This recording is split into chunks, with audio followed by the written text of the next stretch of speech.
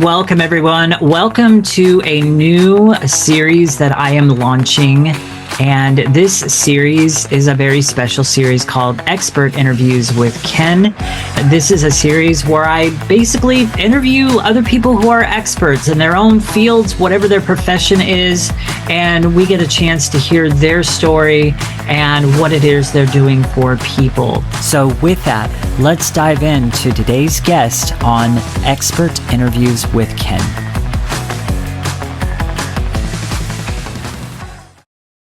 Welcome, everyone. Welcome to Expert Interviews with Ken. And today on the show, I have a very special guest, Matt Marquez, and he's the founder of Grow More Relationship Coaching. He has degrees from Stanford and Northwestern University, and his mission is to teach couples how to build the marriage of their dreams. Welcome, Matt. I'm so excited to have you on the show today.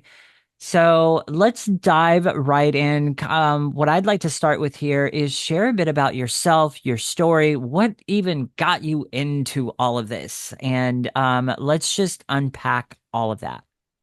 Yeah, I would say, I feel very lucky. First of all, thanks for having me. I'm really excited to have this conversation. Welcome. And I also feel really lucky, growing up, I came from a family and household where my parents were just like really loving and caring and supportive of each other. And I just kind of took it for granted that that's how all relationships were. And as I got older, I realized, gosh, that's not really how it works for many, many people. And I really believed, I think for a long time, that if you loved your partner, you could figure anything out. And so fast forward many years later, and I met my partner. We, fell in love. We're dating. We got married. And I thought, well, geez, we love each other. We can figure things out. And about a year into our marriage, we had these wonderful jobs. We had a new house. We were like still in our honeymoon phase. It should have been like the happiest time of our lives. And we were pretty miserable.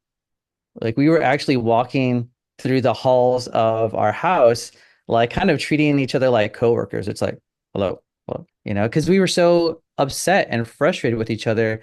And we didn't really know how to talk to each other in a way that we could really understand each other. I don't even know if we really understand ourselves at that point.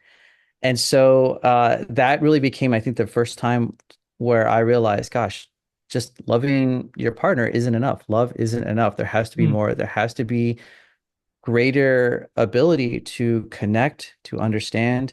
And that kind of was the first start of let me start learning this for myself. And then as I started to share this with my friends, my family, the people I cared about, I saw that this was like a big shift for them as well, just not relying on, oh, we love each other, like we'll figure it out. Or I think the kind of the common thoughts about marriage is that one, if there's like a big problem, it's because there's something wrong with your relationship or you or your partner, like there's some fundamental incompatibility, and that they're not going to change, or like this is, you just have to suck it up, like this is the way marriage is. You're not really going to fully understand each other. You're not fully going to get along.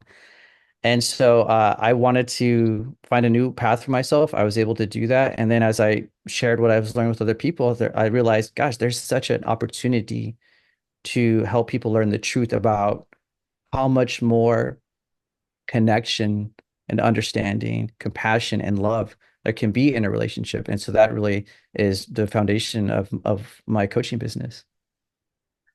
So one thing I want to unpack a little bit, how exactly did you go from this situation where you two were in the hallway passing each other, hello, hello, to now being unified and madly in love with each other? What exactly happened during that transition? Yeah, that actually, I would say it was a focus on stuff we had already been learning about communication. So when we were dating, actually, my partner and I, we met in New York. We attended this workshop. It's about nonviolent communication. And if you're not familiar with that, it is basically a framework created by a clinical psychologist in the 60s and 70s by the name of Marshall Rosenberg. And it was this framework and idea that we all people have these things in common, feelings and needs. We all experience the same feelings. Some of them are pleasant, like happiness, joy, excitement, and some of them are unpleasant, like, guilt, sadness, anger, frustration, and also needs. And these are the things that we spend our entire lives striving to meet. And those are things like there's the physical ones like food and water, safety. And then there's also things like love, companionship, meaning, purpose. And when you start to look at, and so this is something that we've been learning as we were dating and even as we got married, but it was kind of like, oh, this is just something to like pull out a sheet and like how to talk to each other when we were like really mad at each other.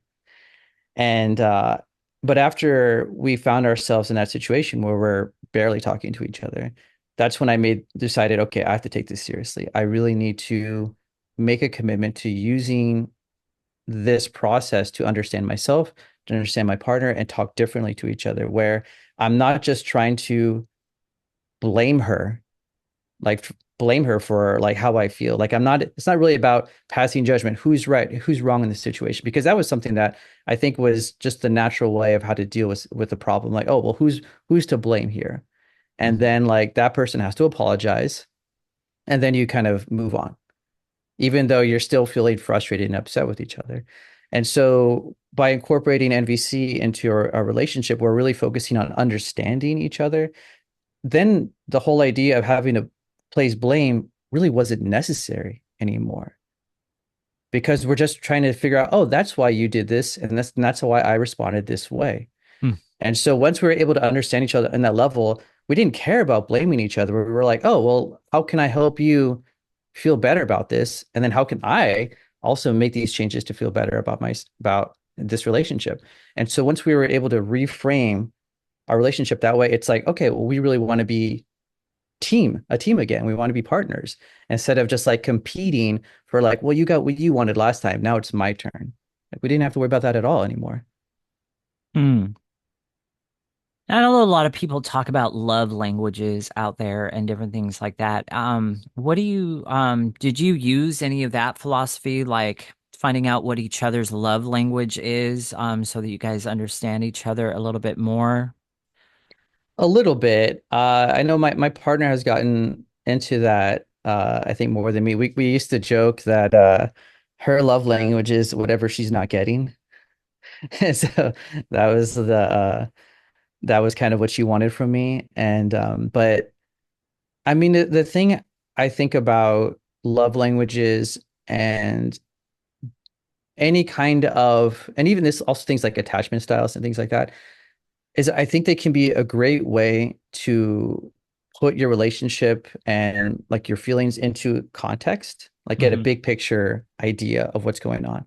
However, what I where I think that can create an obstacle in creating connection with your partner and understanding is that like you can get so caught up in like, well, this is my attachment style, this is yours. And so like therefore the answer must be I have to do XYZ to Hmm. like talk to you. And so in a way, you're kind of like reverse engineering how to understand each other instead of literally talking to each other and saying, hey, tell me what's coming up for you. This is what's coming up for me. That's an interesting take, actually. It almost sounds like what you're leaning into there is that when you start looking at love languages, right, you actually start treating it almost like a machine and almost like, you know, like it's what do I want to say? By machine, I mean not organic. So your partner is just a machine. You've got to figure out your partner. And once you figure out your partner, then you're golden. Everything's going to run perfectly. And it almost sounds like that could actually be quite even more damaging. I don't know if I would say damaging, but I think it's not as useful as maybe people expect because, and I think the way you framed it actually is really quite accurate because yeah, we're not machines, we're not robots. It's not Right. like, oh, I understand your programming now. And so therefore, every time you get upset, this is the solution. This is the thing I have to do. And like for myself, like sometimes When I'm upset, with my partner, sometimes it's because I want her to understand me. It's because I want her to see me, hear me, understand me. And sometimes it's because no, I want to have a choice in the decision. And so like I just can recognize in myself that like what I'm needing for her is constantly changing depending on that situation. And if she's just trying to like go through a framework and figure out what I need, that's so much harder than just asking me and talking to me directly about that. Mm, mm. Yeah, the word that I used, what was it? Damaging. That might have been a strong word, but yeah, I definitely see how that could be just not useful. I think is a better word for it. Um, for sure. Now, another question I wanted to ask you here, what are some of the common traps that couples fall into when they're first beginning their marriage and they're building that relationship? What are the common like pitfalls and traps that people commonly fall into? That's a great question. I think something that really comes up for almost all, I would say, couples is the belief that their relationship, their marriage has to look a certain way. Mm, And and that's just something that I think we get from culture, our popular culture, from way our parents, household maybe grew up, or like our friends, the people we see around us. We think that maybe we see someone on TV and movies, and they're like, wow, they look so happy and their mm, marriage looks a certain way. And so therefore, if I want to feel happy, if I want to feel like my marriage is successful, it also has to look like that. And that could mean that one person's working and making a ton of money. You have, X number of kids. You have a house, of a certain size. There are all these elements that you think this is the key. This is the reason why my marriage will feel satisfying and fulfilling and help me feel happy. And that's just not the case. That's really not how it works because it might be the case. Like it could be that those are the things that you really want in your life. Those are the things you really need. However, if you are pursuing a marriage and all the ways you want it to look like because of what someone else is telling you that that's what it should look like, it will almost never feel fulfilling to you because you're mm, fulfilling someone else's dream. mm. And so what I do when I work with clients, and one of the first things I do is I ask them, like, if you could wave a magic wand and change anything about your relationship and make this like your dream relationship and life, what would that look like? And that is a really hard question to answer, I think, for most people, because we're still thinking of what we're supposed to be doing Supposed to be. and yeah, what we think we're supposed to be doing. And so we rarely give ourselves permission to have that dream, to really imagine it in its fullness of how am I spending my time? When I wake up in the morning, what are we doing? How do I feel? How are we having fun? Are we going on adventures and going on trips? Are we like cooking together and like making pancakes every morning and laughing? Like, what does that look like? Because I think when you can really tap into that and have that deep understanding of what you want your life to look like and feel like, then you start understanding what steps to take to create that. And so going back to your original question, like what are the pitfalls? I think most people don't have that dream. They don't really have that clear dream. And so they're just bouncing around like from like one thing to another. Like, oh, I have a project at work, so I'm just going to focus on work. Or the kids need to be going, have these what do you call it? Like coaching, they have soccer practice or whatever. So you're like taking them to soccer. So you're just so caught up in the day-to-day responsibilities that you're not really thinking, what's the bigger picture? What am I really doing all of this for? So, how do you bring couples to that point when and as you're helping them, how do you bring them to that point of learning to dream together? How do you bring them Wow. together in that moment on how to dream? So I actually generally work with couples individually. So I will work with them separately and I have those conversations separately. because I think it's incredibly important for each person to have that experience of understanding what their dream is. And once they start to define it, and so like for one partner, it might be like, I just want to have this sense of closeness and safety with my family and just like have a lot of fun together. Maybe that's like one person's dream. And then another person's dream is like, well, I want us to have adventure. I want us to have excitement. I want us to have spontaneity. I want us to be like squeezing, everything out of life and just, spending every day to the max. And so like once you have those two ideas, then you can come together. Yeah, those clear goals. You come together and you're like, okay, well, how can we start meeting them, both of those needs? And the amazing thing about, and this is like I think the brilliance of nonviolent communication, is that needs almost never conflict with each other.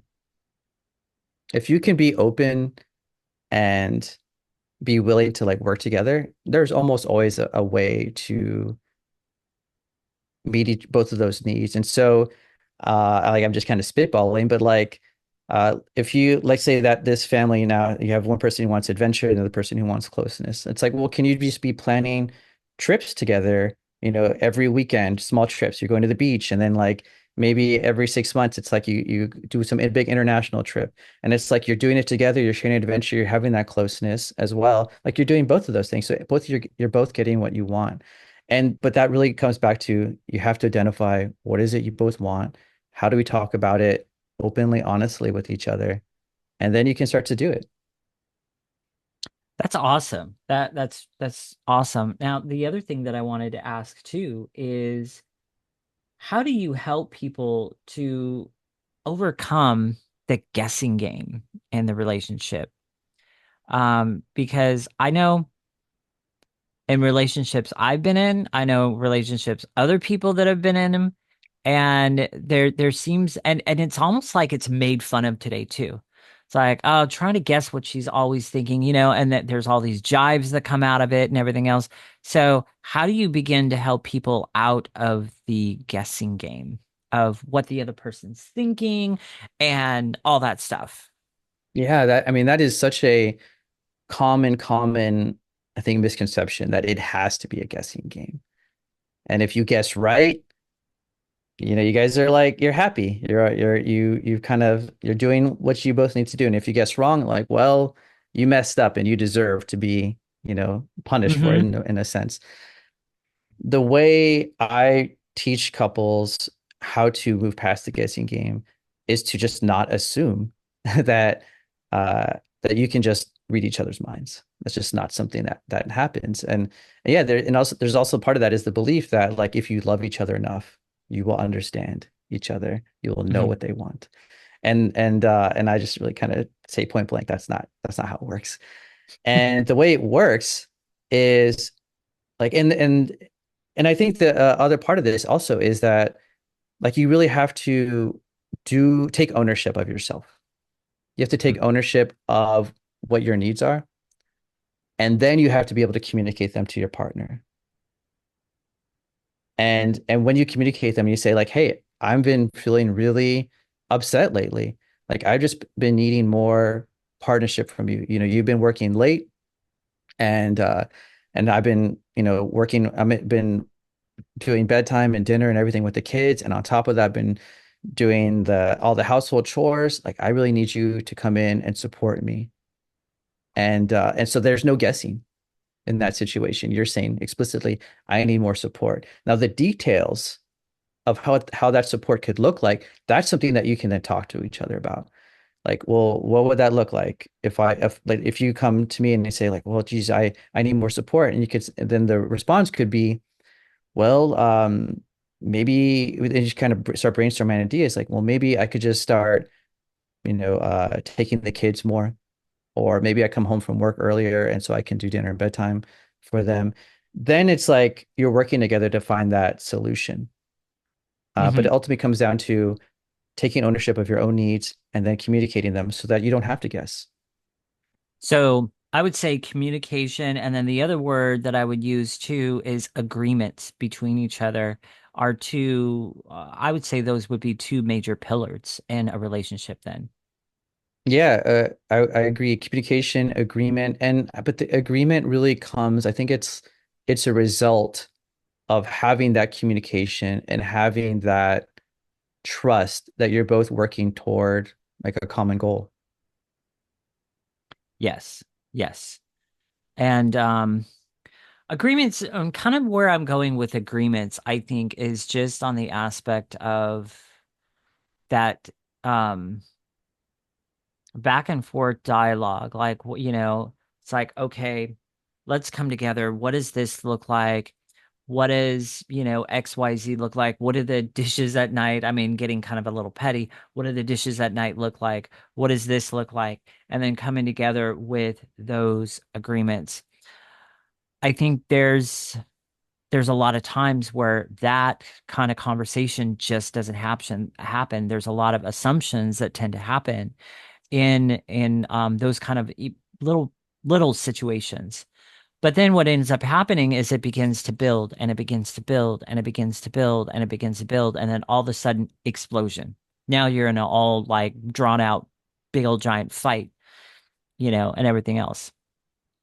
Yeah, absolutely. And I think that's exactly what tends to happen is that when if you are not regularly voicing what you need from your partner, then that's how resentment built.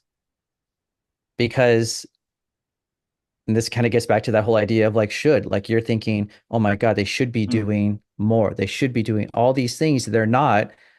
And so I have to pick up the slack. I have to do more. And if you're not saying anything about it, you're just going to get more and more upset and angry and resentful. And then eventually it's going to explode in some way, whether like violently, you might start throwing things. Like everyone's a little different about how that comes out, but it Yeah. is going to come out as an explosion. And so that's why it's so important that there has to be that healthy expression of what you're needing from each other. What would you say the most common thing, or common things rather, let's keep it plural. What would you say the most common things,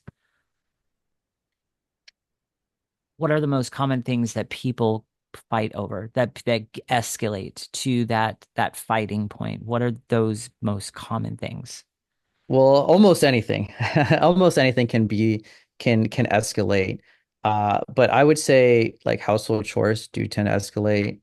Who's throwing the trash, who's doing the dishes. I know you mentioned like it's petty, but it's not really petty because they represent things in our mind, right? If you are feeling overwhelmed already with all the things you have to do, and like your partner isn't throwing the trash the way that they've agreed to, maybe they said, oh, I can throw the trash, and they're not doing it, then that becomes an example of the support that they have promised to give you and that they're not giving you. Mm, it's And true. so, yeah. So yes, like trash could be one. I think the kids, like children, can be a big part of it because we care so much about our children. And so like if your partner isn't parenting in a way that is like consistent with the way you want to parent, that can be something like, oh, you're like speaking roughly to the kids, or like you were like being really critical of them. That could be something that um can really blow up over time if it's not addressed. What about issues like money? I know for me Yes. growing up, money Yes. was a big one. My parents would constantly fight over money issues. Yeah, money is a huge one. I've definitely seen it and I've experienced it to a degree. Like my partner and I, we both look at money differently. Like I grew up in a household where money was something that was almost like a dirty word Hmm. because we grew up thinking that it was more important to pursue meaning and purpose and not really worry about money. If you worried about money and you were greedy, you were ambitious, you were like trying to take advantage of people. And so in a way, like I growing up, I was more comfortable not having money because it meant I wasn't those things. And my partner has grown up in a very different household, very different values. And so she sees money as a source of safety and comfort. Like she would she told me that, she would look at our bank account, and that would be like a way of like soothing herself and calming down. And so if you and your partner have those kinds of differences in how you look at money, and you're not talking about it, then it can absolutely become a source of tension and conflict and disagreement that just bleeds into other parts of your relationship. Yeah, money tends to be a very big one. I know that my parents growing up, they had moments where we had decent money coming in, and then they had moments where we were definitely broke and penny pitching everything. And I remember during the moments where, we were in the penny pension aspect of it, there were a lot of fights that happened. There was a lot of tension that happened. There was a lot of that. And, I just wonder if those fights weren't necessarily about the money, but maybe it was because of lack of communication, lack of coming together and unifying as one in a household. Like, what are your thoughts on that? Yeah, I mean, and this is just so natural and so common. And if it's not money, it's something else. It's, there's just unlimited sources of this, unfortunately. And it's just human to be afraid. I think it really comes down to fear Mm, because especially if you had an experience in your life, especially when you're younger and growing up, where you didn't feel like you had enough money, there will be some part of you likely that is always afraid that that could happen again. And so when right. you are afraid of that, we naturally will start to take action so that we don't feel like that's possibility. And that means like I want to earn as much money as possible. Like I want to be saving a certain amount. And if like your partner isn't doing the same thing, you're like, oh my God, you're like creating this greater sense of fear in me. Like you are responsible for like me not feeling safe and secure. Mm, And so and so this is a really, really tricky situation. It's really challenging because like if you're in the situation where you're afraid of not having enough money and the safety that it might represent for you, like what is the number that you're trying to that will make you feel safe? How much money do you have to have in the bank where you feel safe? In many cases, there's no such number. Like, is it $100,000? Is it a million? Is it 10 million? Um, because the thing you're looking for, the safety, like it's not tied to any one dollar, dollar amount. And so when I work with couples in something like this, it's really trying to understand why do I feel this way about money or whatever is coming up that feels hard and scary.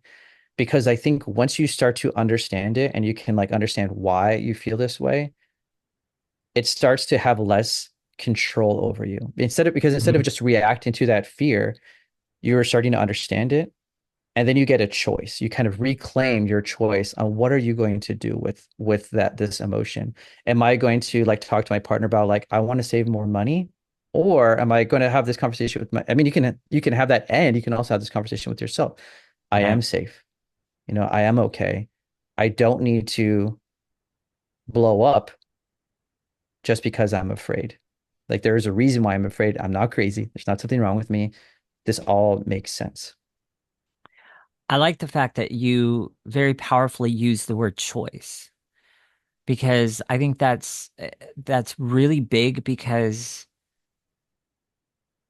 I think we need to be reminded a lot of times that in every circumstance that maybe might be challenging, maybe there's a trial going on, maybe there's a storm going on in your life. And in each one of those circumstances, we have a choice, but we often forget that. We often get wrapped up in the worry, the fear, the anxiety, and we allow that just to take us victim. And then that starts spilling out into our relationships. That starts spilling out into our kids. That starts spilling out everywhere. But the fact of the matter is we do have a choice in every circumstance. You can choose to be a victim, or you can choose to pivot in another direction and empower yourself. Doesn't mean the circumstance has gone away. It just means you've chosen to take an empowered stance rather than be a victim. Yes, yes. No, I completely agree. Life is scary. Life is challenging. I used to have this joke with I've been seeing therapists for years. I think it's a fantastic thing for everyone to do. And and so I would used to have this joke with my therapist a few years ago where I would just say like, I just have to get through this 1 week. Next week will be easier. And and you know, that's not really how it works. No. But it does, like what you said, I think is so true that it is really easy to believe that when things feel challenging, which is almost always, something big and major has to change for you to feel like you have a choice. You have a power and influence over your life. And that's not really necessary. Like you can start making small choices, small changes, small Mm. actions to remind yourself of that choice and to actually give yourself of what you need. And like for example, like when I talk to people and they're like, "Well, what do you want more of in your life?" And they're like, "Well, I really want like a sense of adventure. You know, I feel like my life is boring. I'm not going anywhere. I'm not doing anything." And I'm like, "Well, what would you like to do?" And they might be like, "Well, I want to travel the world. You Mm. know, I want to go on one of those flights that like takes you across the, all around the world." I'm like, "That's fantastic. That is absolutely something that if you really care about, save up for that." However, uh, just because this is the dream, this is the goal, it doesn't mean that you have to wait until that happens, that comes true, until you allow yourself to feel that sense of adventure and spontaneity. Because that's one thing. Have the big picture goal. However, the question I like to ask people and myself is, what is the smallest, easiest thing that can help me meet that need? Mm. And So so I remember asking, and so what I asked this person, for this to meet this need for adventure, and she said, "Oh, well, I could watch The Amazing Race." And it's like, is it going to be the same thing as traveling the world? Absolutely not. However, it's something. It is a start. And once you remind yourself, I can do a small thing that can help me feel the way I want to feel, give me the thing I need. Then you remember there's more. I can do more. So as I'm writing this down, I'm just going to say it. So it's almost like create your own fireworks. Don't wait for XYZ event. Find ways to sustainably create it now. And I like the fact that you're using the language of these small bite-sized things that you can do because even in what I do, what I teach my clients, um, as a weight loss coach, I teach them small steps and having that be sustainable because it must be sustainable. Because that's the only way you're going to make lasting changes. That's the only way you're going to, once you lose the weight, then acquire the skill to be able to keep it off is by making these small sustainable changes that last over the long haul, long enough for it to sink in and become part of who you are. And I think, in a sense, that small change and sustainability applies here as well. And I think it's very, very powerful. Yes, absolutely, 100%. Everything you just said. I think one part of that is what you're saying, that starting small and reminding yourself I can take small steps to change my life. The other part of that I think is so important in relationships is believing that your partner has to change or do something for you to feel a certain way. Mm. And the way I've been kind of thinking about it is like let's say your partner says, "Oh, I'll pick you up from the airport if you're coming back from a trip." And then, you arrive at the airport and your partner's out there and you call them up and you're like, "Hey, what's going on?" And they're like, "I'm so sorry. I got called into meetings all day. I just can't make it. I'm so sorry." So in that situation, like, and they may say, "I will not be able to pick you up until like for like 12 hours." Like, would you wait at the airport for 12 hours to get home? I'd be pissed. Yeah, Actually, I'd like be so pissed. I'd be like, what? understandably, you might be pissed, but like, would you wait for 12 hours for your partner to pick you up? Yeah, you might call an Uber, call a taxi, call a friend, right? There are other ways that you can do the thing that you need. And I think that's what we kind of get caught up in. So many people, including myself, get caught up in where we think my partner has to do this thing or I won't get home or I won't feel the way I want to feel. Like an example is uh I have been, trying to get more active in my life and be more, just exercise more. And I love playing tennis. I've been getting into tennis. And so I was really trying to get my partner to like play tennis with me.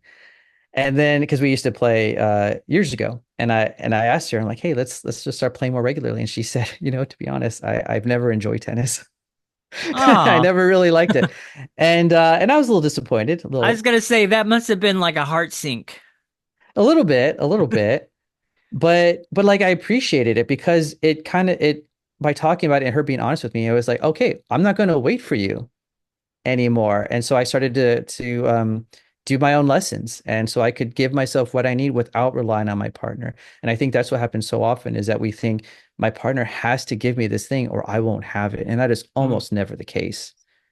And the amazing thing, a beautiful thing is that once you start making that change, like for my example here, once I started to do my exercising and my tennis and like I started feeling better, like am I disappointed my partner wasn't there with me? Yeah, of course. But like I'm mm, getting what I need. I'm feeling more capable. I'm feeling like healthier and stronger. And so that when I do spend time with my partner, I'm like, oh, let's do something else that we can both enjoy. And I'm not like waiting, just like, oh my God, why can't we do this? You keep pushing this off. Like, no, now we can focus on enjoying life together instead of just feeling like I'm waiting for you to do this thing that I want. mm, So powerful, so powerful. It just random thought here. There's a lot of people that I'm taught that and for me, it's recently come up with within the last 6 to 9 months. There's a lot of people that are talking about this so-called newer sport. Apparently, it's been around for a while, but it's new to me. I just started hearing about it. Pickleball. Have you heard of that? Yeah, I have not played it, but I see it when I go to tennis courts. I see pickleball and I think there's something called like paddle tennis too, or paddle. Yeah, there's all these other variations. I almost feel like going, where's that been my whole life? Because it's only been like the last 6 to 9 months that I've started hearing about it, and all of a sudden it's been some kind of like exploding thing. Everybody's talking about it now, and it's like, where did this show up? You know? So I was just Yeah, yeah. I think they're newer sports, but I mean I think it's awesome that I think it seems like they're more accessible, that they're not as physically demanding and there's more people who can play. So like anything that just gets people out, moving, enjoying themselves, like I'm all for it. exactly. You sounds like you kind of like a little bit more of the aggressiveness of tennis. I think I just love I do it for exercise and so like being able to run more, like I love Mhm. that. That's awesome. That's awesome. One other question that's just kind of floating in my head, and I just kind of want to throw it out to you because I'm really, really curious on your thoughts. So, when it comes to television and some of these television shows out there, what are your thoughts on? Because I think there's even, I don't know, in the last 10, 20 years, it seems like there's a lot of shows out there that are literally dismantling number one, the masculine role that the husband has, number two, the leadership that the father commonly has. It seems like in a lot of shows nowadays, that role is being attacked and, kind of demonetizing the man and elevating the woman. It's just kind of like dismantling the whole family unit on the way God created it to be. What are your thoughts on things like that and what we kind of see out there on common television shows? I'm just seeing this thread and pattern. Man, I have to admit I don't really watch a lot of television. I Yeah, it's just something that I don't know. It's not really been something I'm super into lately. So I couldn't really speak to that exactly. I mean, but when you're talking about family roles, that is something that it kind of goes back to, at least for me, this is my opinion. It Okay. goes back to what we were talking about earlier about how I think there really are no rules. about relationships. Like I think it's really about what each individual couple wants their life and relationship to look like and to feel Mm, like. And so if one couple is like, man, we want to have these, traditional roles where like maybe the man's, husband's working and the wife's at home, awesome, great. If that serves both of them, 100% that's what they should do. And if there's another couple like we want to do something different, then if that's going to serve them, that's I think the right choice for them. mm. So I don't really believe in having like a one size fits all kind of approach or framework for anything. I really encourage every couple to talk to their partners about what they want their lives and relationships to look like. And if they're doing that in agreement, with in partnership, Mm. then I think that's the key. It just was a random question. So, not no worries at all. The other one kind of on the same line. The other one that I'm just asking you just curious questions because I'm just curious. Yeah, Um, absolutely. the other one that I'd like to ask you, there's like a million different kind of relationship books out there, right? Yeah. And one says this, one says that, and it kind of might come back to there's no one size fits all and different things like that. But I kind of want to take a different angle with this question, and I want to ask you, what do you think most relationship books are missing in line of Mm. your beliefs, in line of what you teach people, in line of what you're passionate about? What do you think a lot of relationship books are missing? What would you say? Maybe put it this way. What would you say is the target dart that they're missing, if you will? Target dart. That's a really interesting question. I mean, I would say that they are most relationship books. I think there's some fantastic books out there, Hmm. For and sure. but I think and the ones that I think are I agree with the most, I think are most useful are the ones that, and there are not many, I think, but that focus really on self-awareness. Mm, I really think that having self-awareness and self understanding is just essential. It's an essential ingredient to living an intentional life mhm. that aligns with your values, your needs, and just your dreams. And like having the life you want does not happen by accident. Very much If true. Yeah, Yes. if you're just bouncing around and reacting to everything, like you're just who knows where you're going to end up. But if you are frequently checking in with yourself, understanding yourself, like if you've ever heard that expression of like living authentically, like I think that's something that kind of Yes. has been coming up Yep. more. I think the definition of that is that when your outer actions reflect your internal self. And Mm, the only way that is possible is if you have that awareness and understanding of that of your inner self. And so I don't think many relationship books that I've read really focus on that understanding. It's more like here are the strategies, here are the tactics of like what to say, how to calm down. And like all that stuff's great. It has a role, it has a purpose. hmm. But I think having that self-awareness first, really everything else becomes possible first when you have that understanding of what you need. It's also almost like setting intentions. So there's a little paragraph I have over here on my wall that just reminds me to be intentional about my day. Not necessarily to start the day hoping that it will go well. And there's a place for that. But it's more on the lines of setting intentions to make the day go well, taking control, not being reactive, more on the lines of being proactive. Yeah. No, I completely agree with that. I mean, we're human. We're not Mm, yes. robots. Yep. So we are going to react. We are going to get upset and frustrated and Of have course.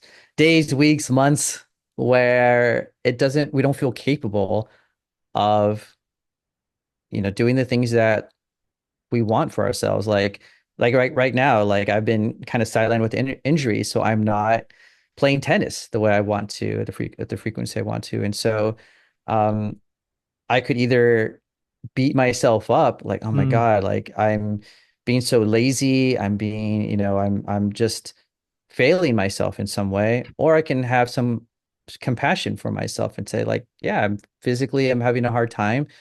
What else can I do to support myself during this time? Maybe there's other ways I can have some movement, uh some sense of like fun as well. And so that really, I think, only happens when you give yourself compassion and give yourself that opportunity to set that intention regardless of what's happening in your life.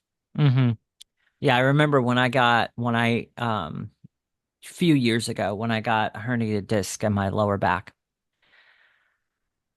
Worst pain I've ever been in my life. Never want to go through that ever, ever, Mm. ever again. You know, I actually tried to stay away from the gym for like 2 weeks. I lasted 7 days Yeah. and I had to go back. I was just like, and I just continued and I gritted my teeth through the process. But I was honestly in my happy place. I was just like, and looking back on that in hindsight, the chiropractor that I went through that helped fix the problem, put me through spine decompression treatments and all that stuff. Um, never told me, don't go to the gym, stay home. What I did do though is I went back to him and I said, hey, I just started going back to the gym. Here's what I'm doing. Here's the movements. And he just sat there. He was just like, yes to that. Yes to this. Don't do that. Yes, do it, do this, but do it this way instead. And he just gave me pointers.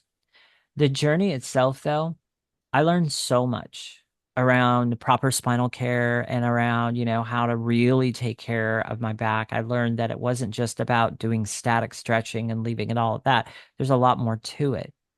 Coming out of that on the other end, though, I often, ask myself if I had the chance to go back and take that experience out of my life, would I? Actually, the answer is no, I wouldn't because I learned so much through the journey. And because of the things that I learned through that, I don't have back issues anymore, which is absolutely it's phenomenal because even before that, I used to come home from the gym, I had a racked tight back all the time and I struggled with that all the time. I don't even have that anymore. And it's partly because of what I learned along the journey.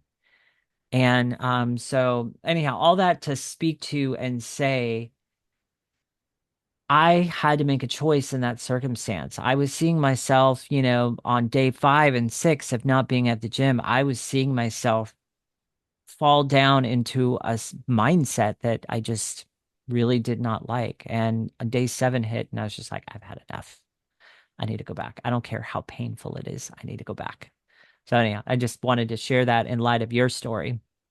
Yeah, no, and first of all, I definitely want to celebrate like that whole journey and where you are now. That's awesome. That you're able to find a way to get to being pain free now and being able to do the things that you care so much about. That's Yeah. awesome. Love that. And and also, I mean, what you're describing is making choices based on your own understanding of your body and like your own needs.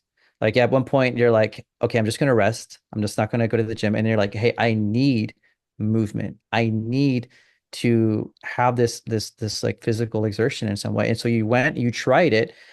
And like if that had just been the end of it, it's like, maybe you would have gone down a different path. But I think the thing that's which is so awesome is that you talked about it to your chiropractor. Like you Mhm. were being open and honest about like what's going on. Like if you had just said like, oh yeah, nothing, I'm not doing anything, like you might have hurt yourself more. Yeah.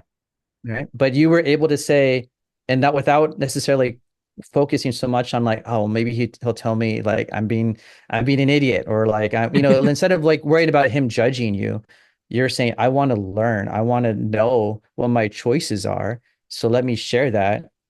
and then he gave you that information, and then you could decide what to do with that in a way that ultimately gave you what you needed. So that's fantastic.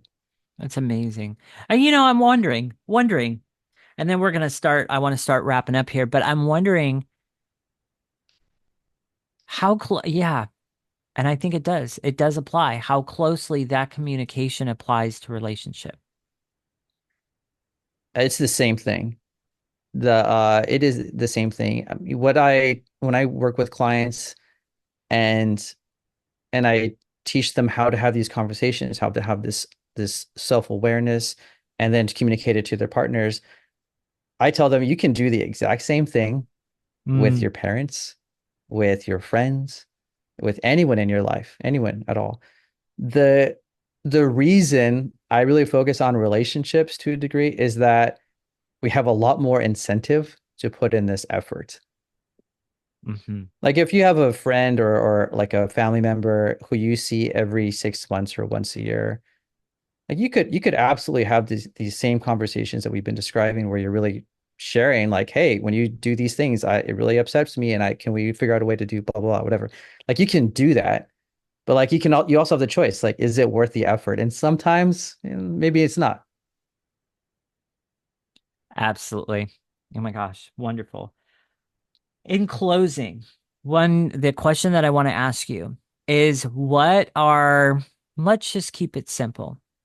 What are three tips that you can give people, in light of everything that we've talked to, three major tips that you can give people that will, add value to their journey and their relationship with their partner? Hmm. That's a great question. I would say the first one, in line with our conversation, is to really think deeply about what you want your life and relationship to look like in Mm. 5 years. We'll just start at Ooh. 5 years, and really examine what's different about that dream versus what your life looks like now. Like what are the needs that are being met? Hmm. And then like how can I take action today to start building more of that into my life and relationship? That would be the big one, I would say. And Power. then yeah, and then after that, I would say I would challenge someone to have that conversation with their partner. Same Mm. conversation, that same topic. And once you're able to do both of those things, I would have maybe a third conversation, which is how can we build that together? Mm. Powerful. And starting with what can we do today? What can we do tomorrow? Don't put it off. Like take immediate action.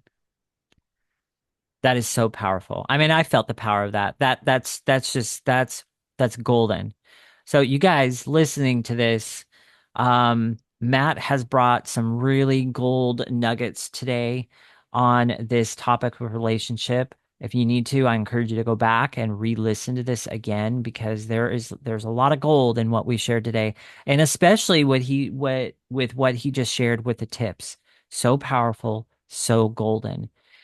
And there's two ways that you can actually get in touch with Matt if you would like to work with him and have him be your coach through, your relationship with your partner.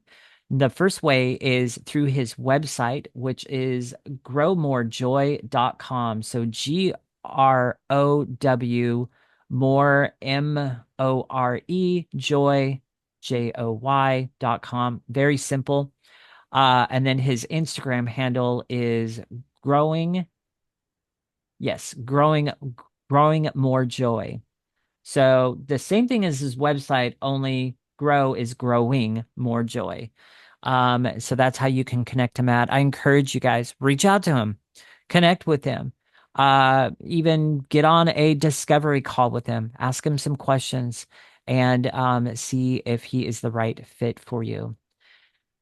And so, with that, in conclusion, I want to conclude this show by I've got a couple announcements here. So, number one, You guys, you've heard me mention, drop a couple like little hints on this show that I am a weight loss coach. I've lost 62.5 pounds and I've kept it off for over 6 years now, sustainably, all without a diet.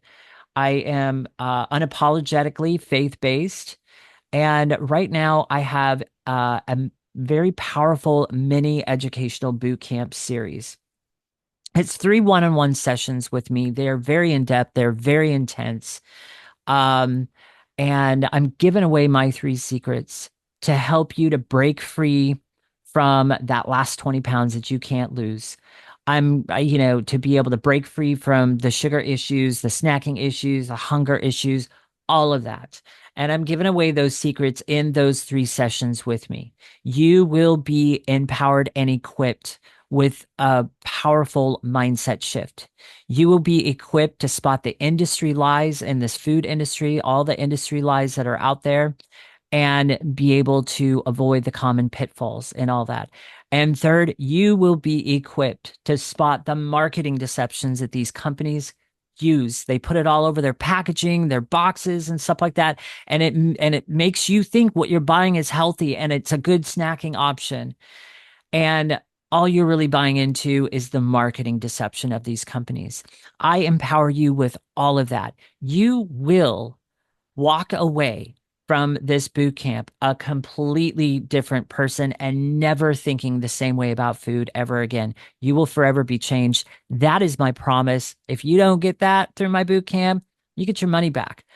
My boot camp literally has been valued at $1,500.